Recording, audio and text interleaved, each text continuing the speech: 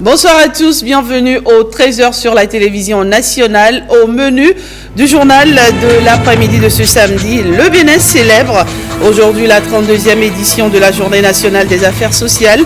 L'événement est axé sur les défis liés à la protection sociale. À suivre le message de Véronique Toïfeudé à cet effet. Toujours dans ce 13h, on découvre l'approche P20. Elle consiste à œuvrer pour réduire considérablement la pauvreté à travers la mise en place de meilleures conditions de vie aux populations. Une table ronde est organisée à cet effet. Enfin, de nouveaux bâtisseurs de nos cités urbaines ont été reçus par le ministre du Cadre de Vie. Ils sont au total 13. William Tchoki nous en dira plus dans ce 13h.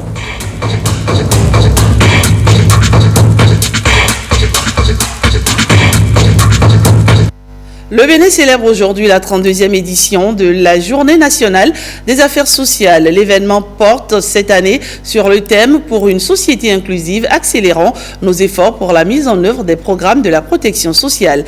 À cette occasion, la ministre des Affaires sociales s'est adressée aux populations. On l'écoute.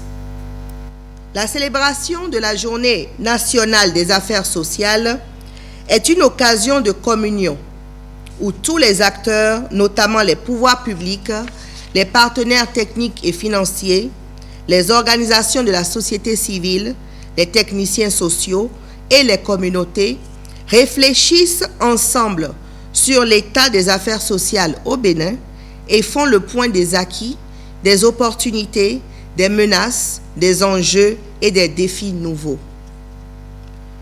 Le gouvernement accorde une place prépondérante à la protection sociale dans son programme d'action, en son pilier 3, relatif à l'amélioration des conditions de vie des populations. Cela passe notamment par la mise en place d'une nouvelle politique de protection sociale et d'accès aux services sociaux de base pour tous les citoyens, particulièrement les plus démunis.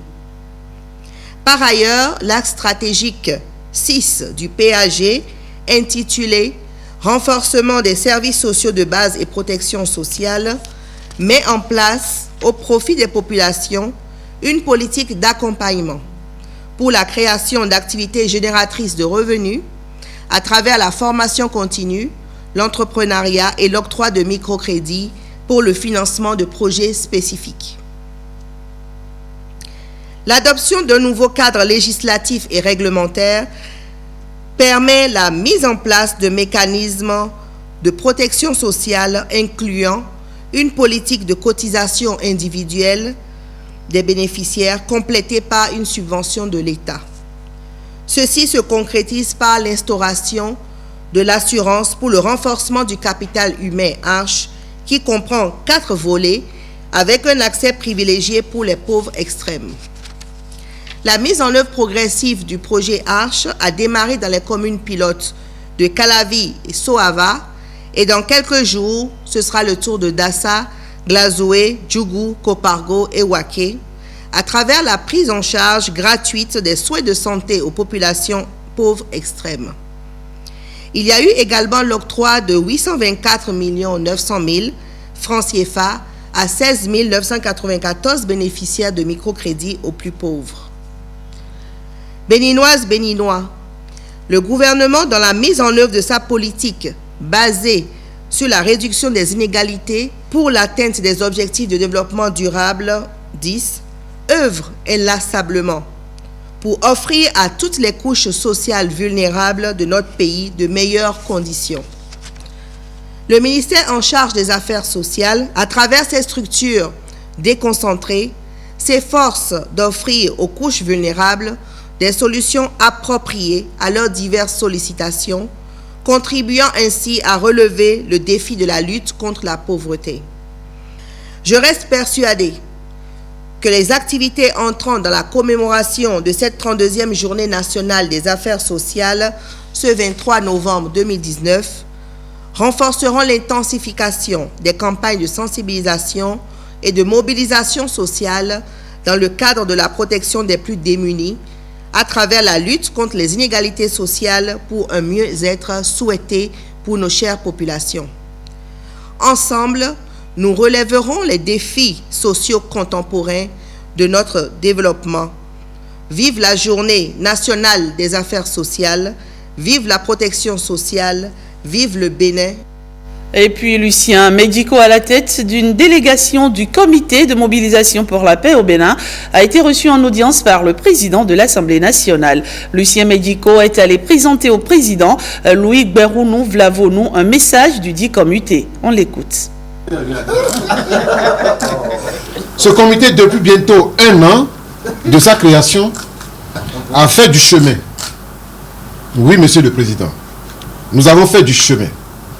Avec la pure bénédiction du Haut Conseil des rois du Bénin, dirigé par le roi Porébé Djigla Lamafan, la conférence épiscopale du Bénin, dirigée par Monseigneur Victor Agbanou, actuel évêque de Lokossa, des hommes et des femmes épris de paix que je tiens, Monsieur le Président, à saluer et à remercier devant votre très haute autorité, deuxième personnalité de l'État béninois.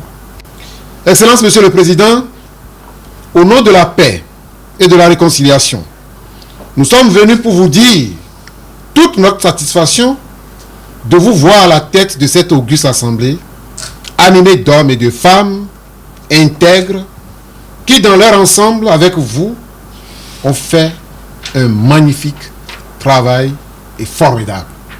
À travers l'élaboration et le vote de la loi portant amnistie, promulguée par le président de la République et dont l'effet immédiat est porté sur la libération de nos jeunes frères qui séjournaient en prison depuis un certain moment.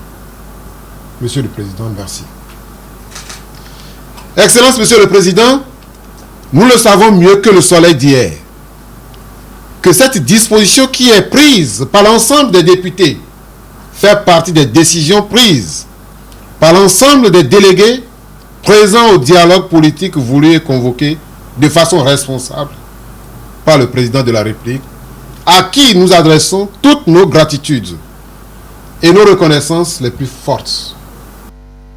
De l'amélioration du cadre de vie, elle préoccupe à plus d'un titre les autorités gouvernementales. À cet effet, le ministre du cadre de vie vient de recevoir de nouveaux bâtisseurs de nos cités urbaines. Ils sont au total 13.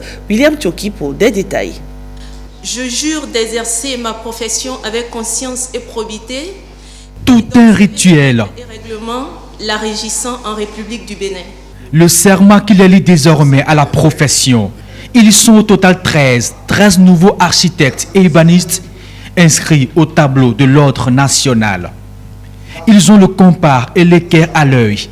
Ils savent dessiner, transformer nos cadres de vie, leur donner un visage plus attrayant, un ensemble de compétences acquis après 5 ans d'études, et les voici libérés et lancés sur le marché de l'emploi. En prêtant serment aujourd'hui, vous allez vous inscrire dans cette dynamique collective qui est à la fois conceptuelle, esthétique, environnementale, sociale, etc. Et je ne peux que vous souhaiter de tout cœur épanouissement et passion dans l'exercice de votre profession. C'est une profession libérale avec ses exigences. Il faut faire preuve de créativité, d'innovation et de rigueur, a rappelé le ministre Tonato, lui aussi un urbaniste de son état. Appeler notre attention à tous sur l'enjeu que représente pour nous le cadre de vie aujourd'hui à l'ère du développement durable. Le cadre de vie objet de toutes les attaques, à commencer par le changement climatique et tout le reste, et surtout face à la légitime ambition et attente de nos populations de disposer d'un cadre de vie agréable, durable et d'un environnement sain. Pour sceller leur entrée définitive dans l'ordre, le port de l'écharpe, la remise des kits comportant tous les tests réglementaires, la nouvelle équipe d'architectes et urbanistes tient surtout à rassurer. À notre ministre de tutelle, ainsi qu'aux ministres et autorités de la République, nous exprimons notre gratitude et réaffirmons solennellement ici notre entière disponibilité pour prendre part au dessein et au destin de cette nation. Cette nouvelle génération de bâtisseurs se dit consciente des nouveaux défis de notre ère, des défis climatiques et environnementaux pour le mieux-être de tous. Et sachez maintenant que la Haute Autorité de l'Audiovisuel et de la Communication a entrepris une série de consultations avec les associations professionnelles des médias après le Conseil national du patronat de la presse et de l'audiovisuel et l'Union des professionnels des médias du Bénin. L'organe de régulation des médias a reçu une association d'autorégulation. Il s'agit de l'Observatoire de déontologie et de l'éthique dans les médias ODEM. Une heure de discussion pour évoquer des préoccupations touchant à la vie des organes de presse au Bénin. Le président de l'ODEM fait ici le point de la séance. On l'écoute. Nous avons discuté, nous lui avons parlé de nos prérogatives, nos missions prépondérantes au niveau de l'ODEM, les difficultés que nous rencontrons au niveau de l'association. L'espoir est permis pour les médias du Bénin parce que je découvre que nous avons une RAC engagée à l'effet d'aller à l'accompagnement professionnel des médias. Et c'est ce qui fait, nous autres, notre joie, que nous avons une institution de régulation, ensemble avec une institution d'autorégulation que nous sommes, et que nous allons pouvoir créer un espace, une synergie, où nous allons nous parler, nous écouter, échafauder des stratégies, ne serait-ce que pour apaiser, aller à des médias professionnels, des médias qui font des contenus de qualité pour le bonheur de notre démocratie.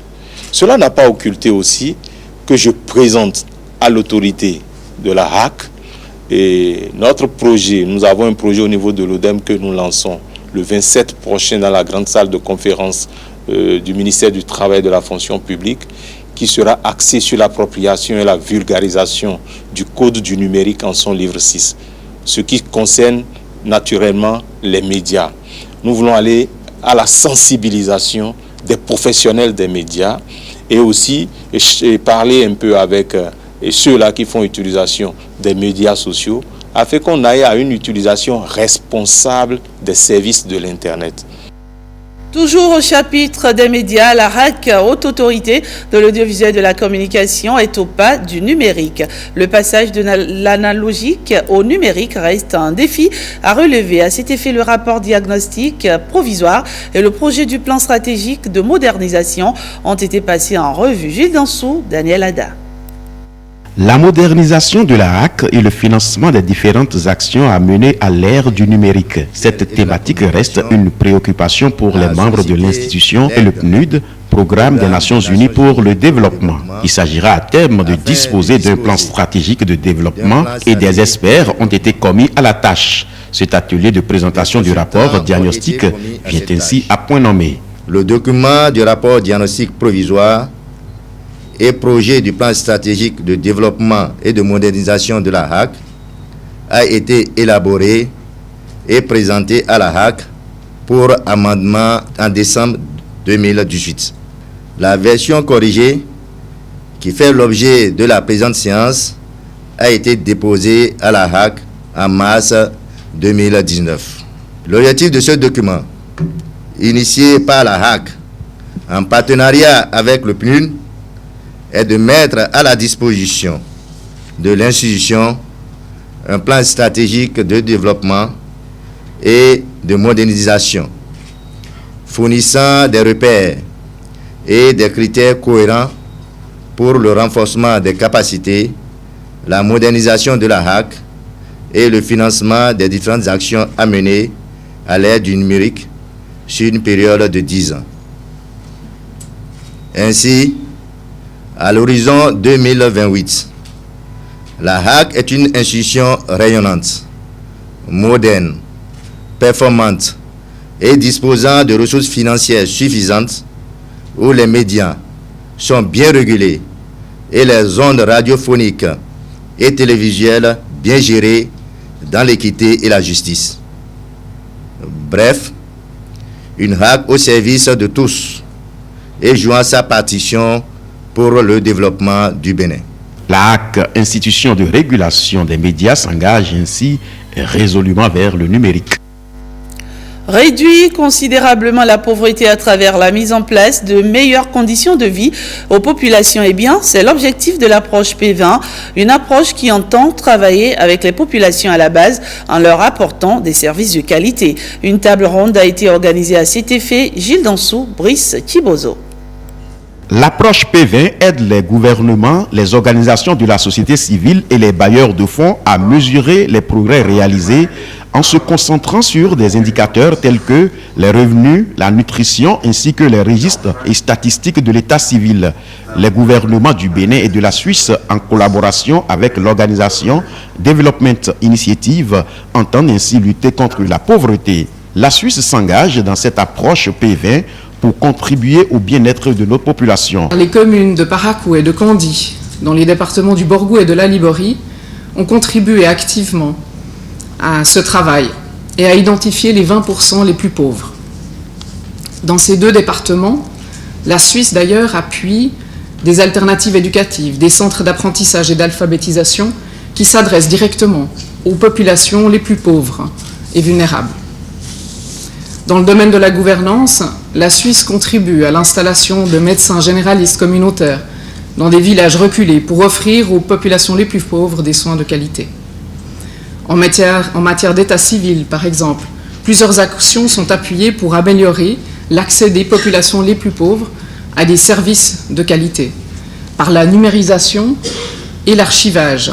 Pour le gouvernement béninois, P20 a pour objectif principal de répondre aux aspirations des couches les plus vulnérables. Et au regard donc, mesdames, messieurs, des résultats issus de l'initiative P20, je veux rappeler ici les actions et les réformes en cours dans notre pays, dans le cadre justement de cette ambition que nous avons embrassée aussi de ne laisser personne de côté. Ces actions et réformes s'articulent autour de 4 principaux domaines d'activité gouvernementale que je veux rappeler ici. Premièrement, donc, la protection sociale pour tous. Deuxièmement, la mise en place de filets de sécurité sociale pour les personnes les plus vulnérables. Troisièmement, le renforcement de la législation en faveur des personnes les plus vulnérables. Et quatrièmement, la spatialisation équilibrée dans la mise en œuvre d'initiatives de développement. Dans le domaine de la protection sociale, le gouvernement a initié le projet ARCHE, le programme ARCHE, j'allais dire, destiné aux couches les plus vulnérables de notre société. Le lancement du volet assurance maladie a eu lieu donc le 29 juillet 2019 à Glodibé, dans la commune d'Aboumé-Calavi, avec une phase pilote pour 120 000 personnes enrôlées. Le projet ARCHE est renforcé par celui relatif à l'autonomisation des femmes, qui est le dividende démographique, donc le projet SWED, que certains d'entre vous connaissent ici, qui est entré en vigueur dans notre pays cette année et sur lequel nous travaillons déjà à l'opérationnaliser assez rapidement, en tout état de cause, j'espère, d'ici la fin de l'année. D'autres réformes ont été entreprises dans les secteurs de l'agriculture, de l'environnement, de l'énergie et de l'accès à l'eau potable. Quand je pense à l'eau potable, je pense à toutes ces femmes dans les zones rurales, plus de 65% de notre population, qui, notamment en cette période de sécheresse, font des kilomètres avant d'avoir quelques litres d'eau potable.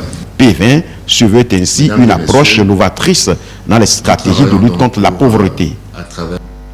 Partons maintenant à Ouida. Dans le cadre de sa tournée statutaire de l'année 2019, le préfet de l'Atlantique était dans cette commune du Bénin. Une rencontre au cours de laquelle autorités locales et populations ont mis sur la table les réels problèmes de développement. William Tchoki pour les détails. Que les retrouvailles de ce jour, jeudi... Il se conforme ainsi à une des dispositions des textes sur la décentralisation. Prendre langue avec les autorités locales et les populations sur sa juridiction et s'imprégner de leur vécu. Jean-Claude Kodia, ici à Ouida, a eu droit à un long chapelet des grands chantiers de la cité et des actions menées ces 11 derniers mois pour redonner vie à la cité touristique. Du bilan financier à la panoplie des défis relevés, lotissement, sécurisation des terres et gestion des nombreuses crises, l'acte 1 de cette séance était porté par le maire de la commune. Le conseil communal a été secoué il y a peu par une crise sur fond d'une affaire de mauvaise gestion de frais de timbre. Cette affaire dans laquelle étaient impliqués de nombreux élus membres du conseil communal a défrayé la chronique au sein de l'opinion publique. C'est ici le lieu de vous exprimer, Monsieur le Préfet, toute la reconnaissance du conseil communal pour l'approche tout aussi ferme, conciliante qui a marqué votre gestion de ce dossier. Nous œuvrons par ailleurs au quotidien à la promotion d'une démocratie participative afin d'assurer l'implication des populations dans le contrôle citoyen de l'action publique.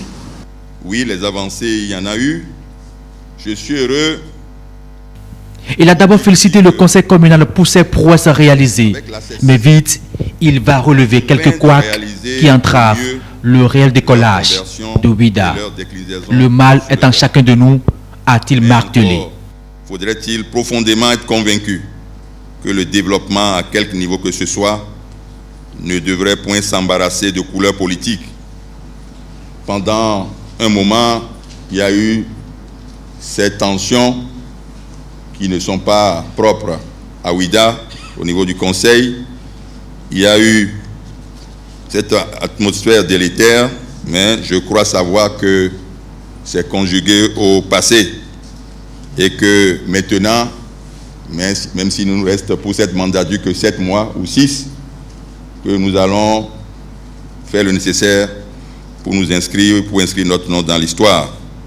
À ces lotissements sans fin, avec tous les drames, je veux parler surtout du lotissement de Paou. Nous devons conduire à terme très rapidement et dans l'intérêt de tous ces lotissements. En tout cas, je suis déterminé. Parole fut ensuite donnée à toutes les composantes de la commune de Ouida. L'acte 3 de cette séance, dans un jargon propre à chaque responsable, ils ont énuméré les problèmes et donné aussi des pistes de solutions. Et le préfet de conclure en ces thèmes, seul le pardon et l'acceptation de l'autre pourront nous faire grandir. Venons-en aux acteurs du domaine de la santé. Ils renforcent leurs capacités. Un atelier a été organisé pour eux à Cotonou. Ils ont été pendant quelques jours sensibilisés sur leurs missions respectives. Axel Dancy et Petroni Lokoso.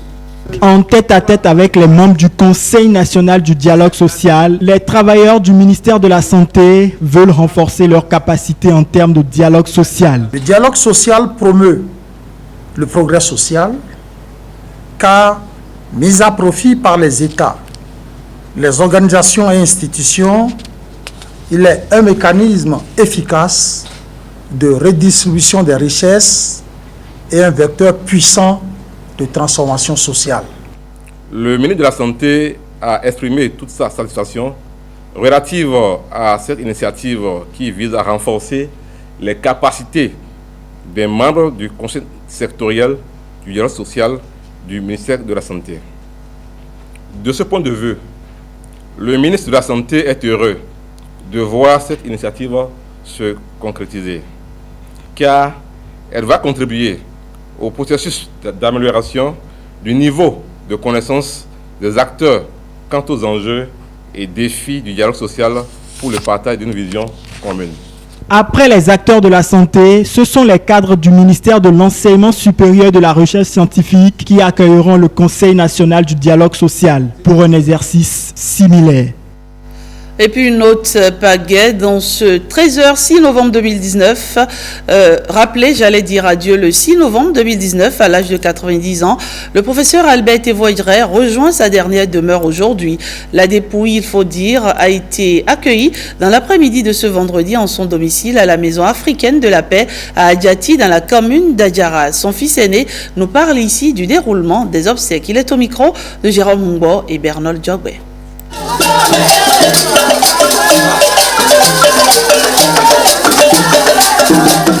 Le professeur a souhaité que cela se passe de manière la plus simple possible. Bon, là, nous revenons effectivement du funérarium. Le corps se trouve dans une chapelle ardente. Il y a une veillée ce soir de 20h à 22h. Et à la même période, il y a une veillée à la cathédrale Notre-Dame de 20h à 22h également. Donc le professeur a souhaité que pour son enterrement, il n'y ait pas de fleurs, de couronnes, de choses comme ça, que les gens ne fassent pas de dépenses. S'ils font des dépenses, ils font des dépenses vers des gens qui souffrent, vers des prisonniers, vers des veuves, vers des orphelins. La messe se fera à la cathédrale Notre-Dame de Porto Novo, présidée par l'évêque de Porto Novo. Le gouvernement s'est vite manifesté et je voudrais là déjà présenter tous nos remerciements au président Patrice Talon qui a mobilisé son gouvernement et tous se sont mis à notre disposition volontiers pour ce que nous voulions. Nous n'avons pas voulu grand-chose, mais ils l'ont fait. Donc la messe aura lieu le samedi 23 à 10h à la cathédrale Notre-Dame. Ça, c'est pour tout le monde. L'enterrement aura lieu dans la maison ici, à Adjati, dans l'intimité familiale. Donc, nous avons sollicité du gouvernement un service de sécurité de manière à ce que ce soit effectivement la famille et uniquement la famille qui puisse enterrer le professeur Théo Égeret dans sa demeure. L'environnement que vous voyez d'ailleurs est assez petit, donc tout le monde ne peut pas venir. La famille déjà même est déjà assez large. Nous ne savons pas trop comment nous allons gérer, mais ce sera géré par la grâce de Dieu. Voilà donc qu'il repose en paix. Intéressons-nous maintenant au 30e anniversaire de la Convention relative aux droits de l'enfant. Pour la circonstance, la place de l'Étoile Rouge s'est métamorphosée. C'est ce que nous dit Christelle Tongodo et René Arossi. La stèle de l'Étoile Rouge vire au bleu pour 3 jours, symbole de la protection des droits de l'enfant. Ces enfants mères d'Abomey Calavi et de Boycon ont exprimé au nom de tous les enfants d'Afrique et du monde leur détermination à défendre leurs droits. Même engagement ici exprimé par le maire de la ville de Cotonou. La fête de la CEDE sera symbolisée par l'allumage de la stèle de l'Étoile Rouge qui sera en bleu, car la couleur bleue signifie la paix, l'espoir. Après cela, nous allons allumer le flambeau. Le flambeau, parce que tous les enfants du monde vont allumer le flambeau dans leur pays respectif. Donc nous allons allumer ceci pour être en union dans l'espoir avec les autres enfants du monde. Les enfants d'aujourd'hui constituent la relève de demain. Et il est nécessaire pour ce fait de reconnaître leurs droits et de les protéger afin de leur garantir un avenir radieux. L'UNICEF, partenaire numéro 1 du Bénin pour la protection des droits des enfants, n'est pas resté en marge de cette importante célébration qui marque les 30 ans de la Convention relative aux droits de l'enfant. Les 3 prochains jours, l'Étoile Rouge sera bleue en soutien aux droits des enfants. Je me rappelle qu'en fin août, ils ont tenu leur forum duquel est sorti un document de plaidoyer qu'ils ont intitulé « Le Bénin dont rêvent les enfants ». À travers le bleu, un nouvel espoir est donné à ces nombreuses âmes innocentes. Leur vœu le plus cher est de voir leurs droits respectés.